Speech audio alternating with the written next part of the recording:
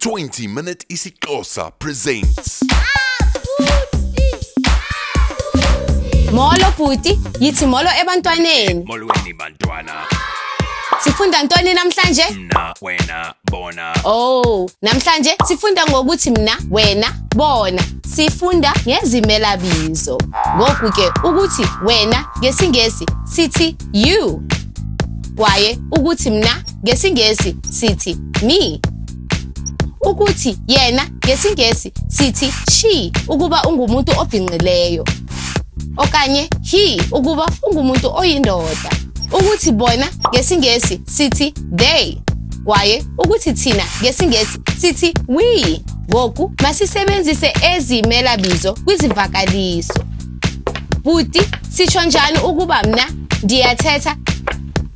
Mna ndiyathetha. Bla bla bla bla bla bla bla bla. Kwaye xa uyinkwenkwe sitsho njani ukuba yena uyathetha?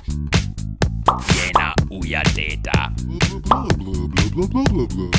Kwaye xa eyintombi sitsho njani ukuba yena uyathetha? Yena uyathetha. Sitsho njani ukuba mna wena uyathetha? Wena uyathetha.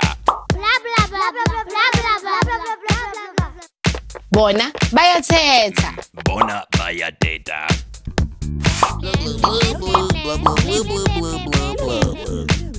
Thina siyathetha. Thina siyathetha.